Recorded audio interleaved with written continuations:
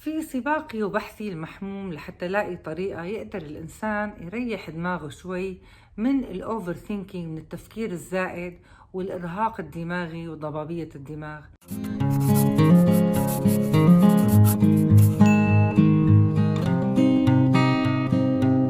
دائما برجع لنفس النقطة اللي أنا بحاول إنه أحكي فيها، أو أحيانا ما بنشعر فيها قديش مهمة. هي النقطة هي الموسيقى. قدرة الموسيقى الإيقاعية المترافقة بحركات رقصية، يعني الرقص مع الموسيقى. هي مسألة سحرية يا جماعة. الموسيقى هي مسألة سحرية. الموسيقى هي لغة عالمية. الله وجعل إلها أماكن بدماغنا، يعني في ناس بتصير معهم جلطات أو إصابات بدماغ، بيصيروا بيفقدوا حسهم بالموسيقى والحركة الإيقاعية معها. فالموسيقى هي لغة كل الناس بتفهمها.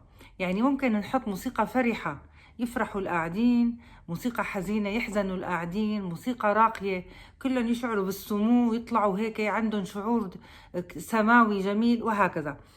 الموسيقى المترافقة مع الحركة الإيقاعية اللي بتناسب الشخص. كل إنسان عنده موسيقى وحركة بتناسبه. وأنا ما عم بحكي على الرقص المثالي، أنا عم بحكي على الحركات الرقصية البسيطة اللطيفة مع موسيقى مناسبة للإنسان. صدقوني هي من أكثر أسباب تفريغ الطاقة السلبية من الدماغ، وأكثر أسباب إنه إعطائه استراحة، فرصة ليرجع يسترجع طاقته الإيجابية ويبتدي الأنشطة والمهام الحياة اليومية من أول وجديد. كل إنسان عنده مهام ومسرع بالحياة وعم يشتغل شغل ورا بعضه، واحدة ورا واحدة واحدة ورا واحدة، بيحتاج يوقف شوي.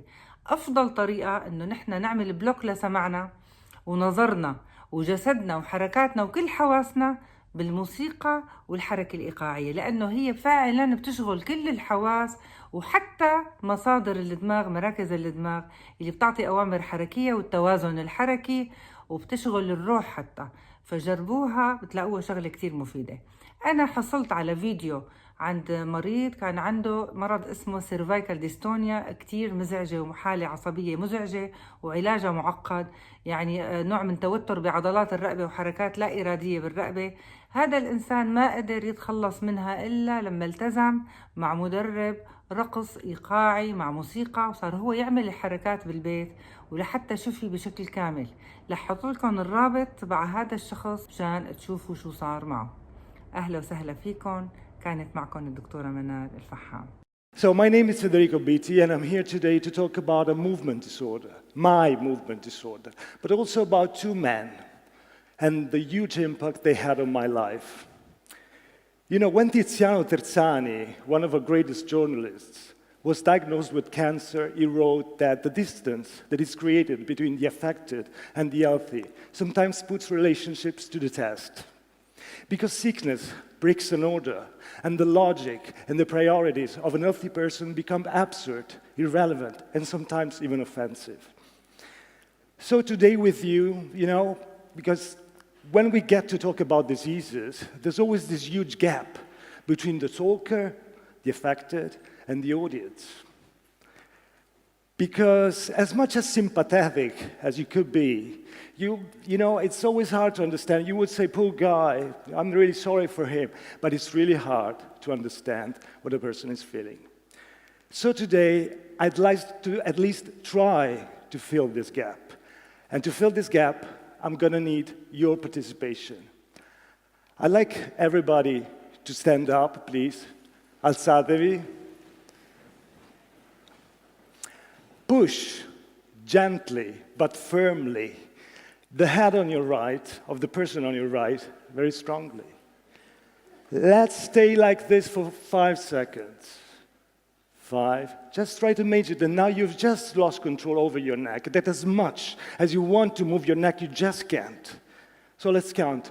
3, 2, 1, 0. Let go. Remember this feeling. Because this feeling you've been experiencing for the last 5 seconds have been the last 8 years of my life. This is focal dystonia, which is a movement disorder who can affect different muscles, causing involuntary contractions, and the body can no longer make the simplest of the movements, instead engaging in a non-stop tremors and spasms. And this is 24/7, from the moment you wake up to the moment you go to bed. It only stops when you sleep. In my case, it all started with the neck. And that's why it's called also cervical dystonia, spasmodic torticollis, or, as Americans say, ST. It was 2007, I was 32, and I'm a journalist. I was interviewing this guy, and, I had to look at him towards that direction, and I felt this surge of a pressure forcing my head on the opposite direction. They were filming the interview, so I had to use my hand.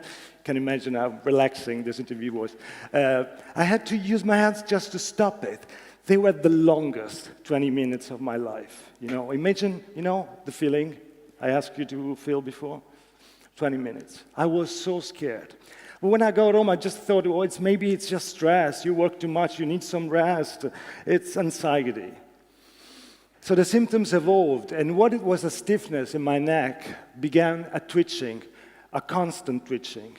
And to stop the twitching, I had to upper my shoulder and just, lean my head to my right. And I was like that. So can you imagine every most simple activity in your life, like drinking from a glass, driving, shaving? I had my cousin shaving me because I couldn't stop. I only could stop like that.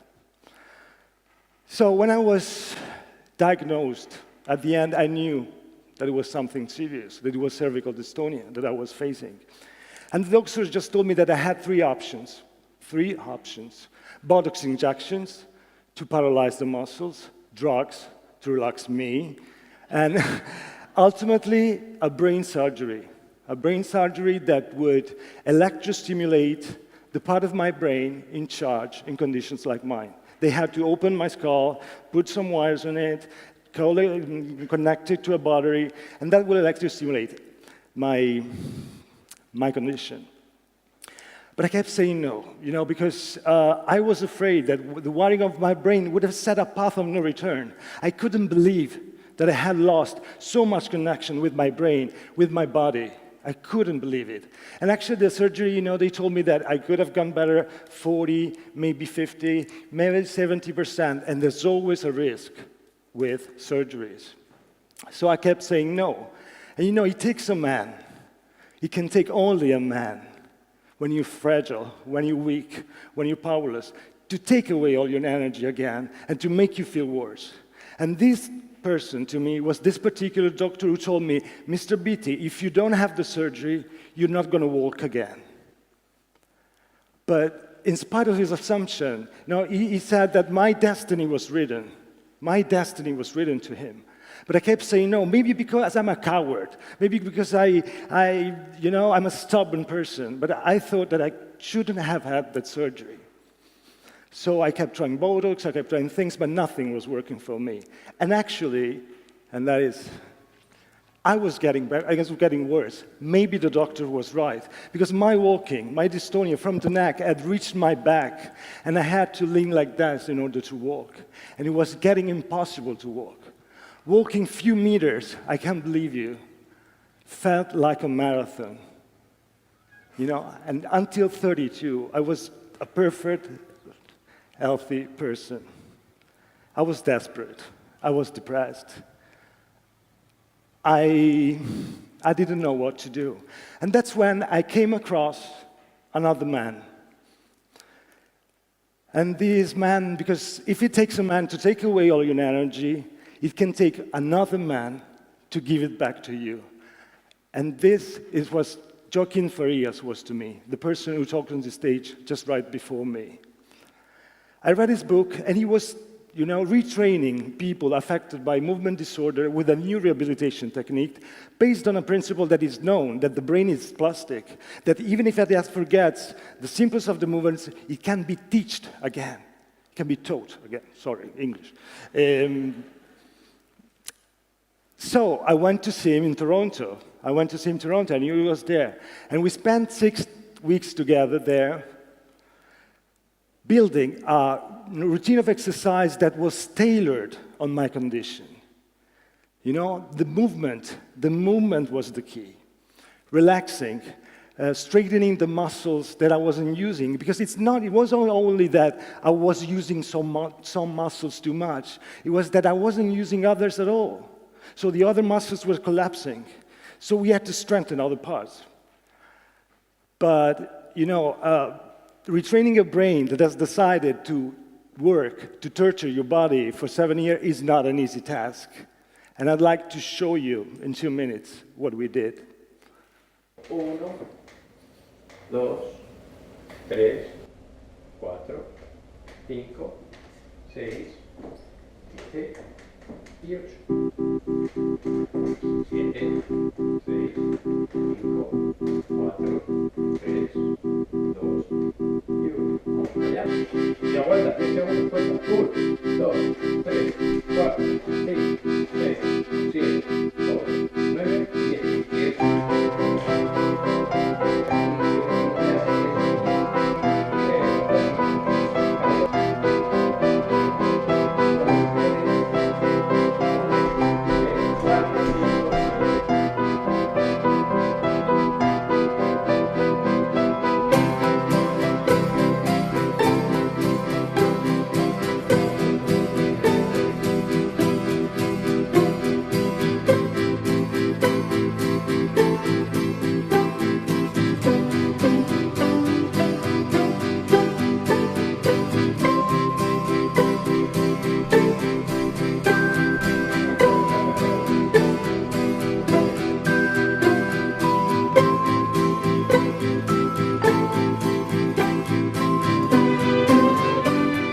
Entonces, te voy a torturar, pero no mi cuerpo, yo lo que quiero es torturar tu cabeza.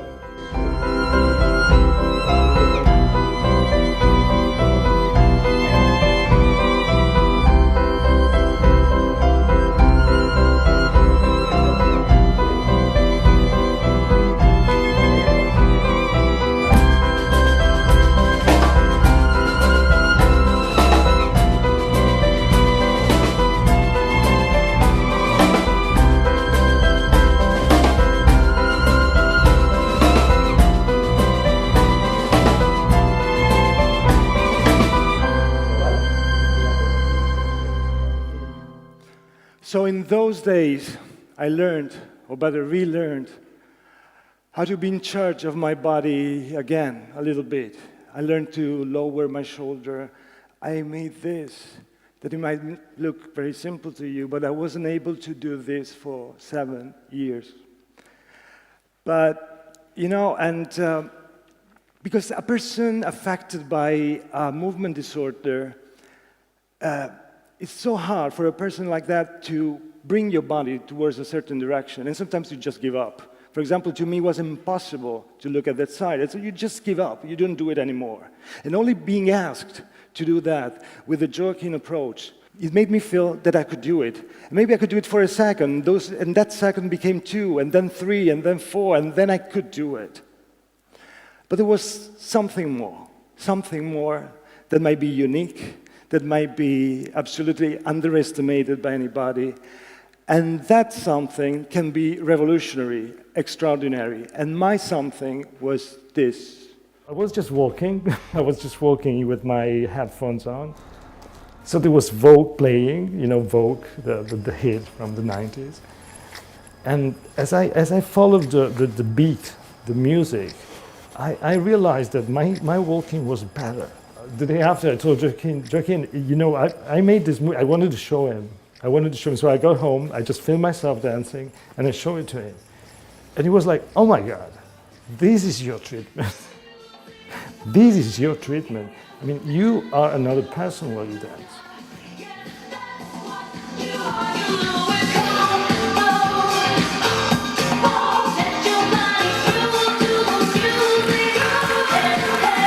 Every day as a being, every day I discovered something different. I discovered new movements. I discovered that I could be in charge of my body again.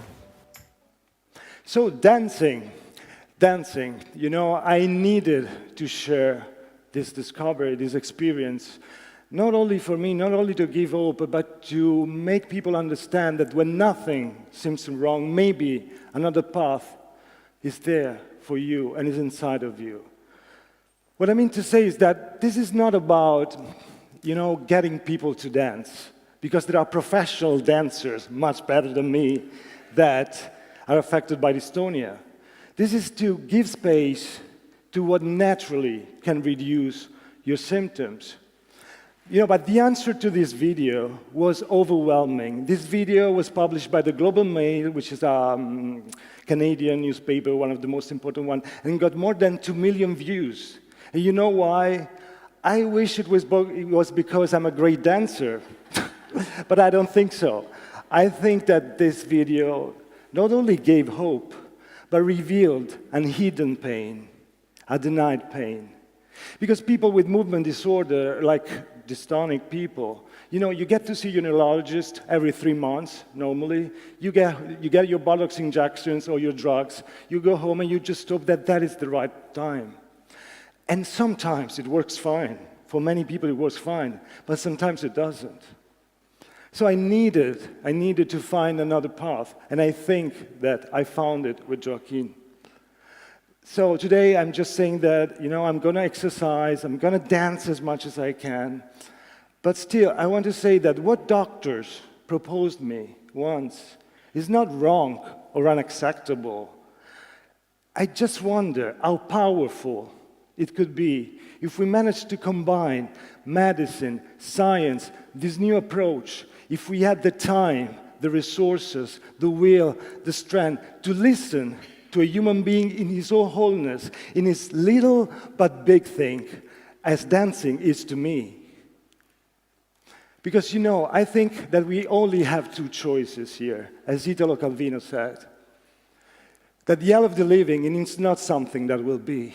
It's already here, and it's here. It's what we do every day by being together. And there are 2 ways from escape from suffering from it. The first one is easy for many, is to accept the hell, be part of it, and not to see it anymore. The second one is risky, and it takes vigilance, apprehension, attention, is to seek and learn to recognize what in the hell is not hell, and make them endure and give them space. So if dystonia or a movement disorder is my hell, this is my little paradise, and everybody should be helped to find his own.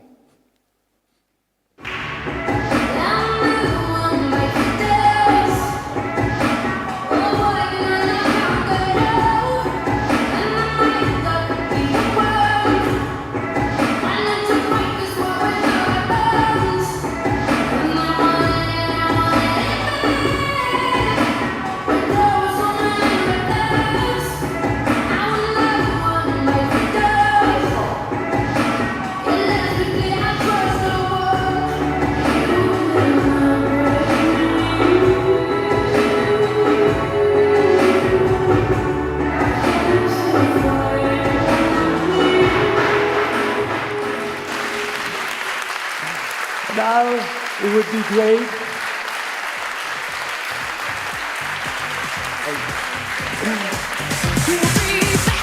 That's with me. Don't go for second best, baby.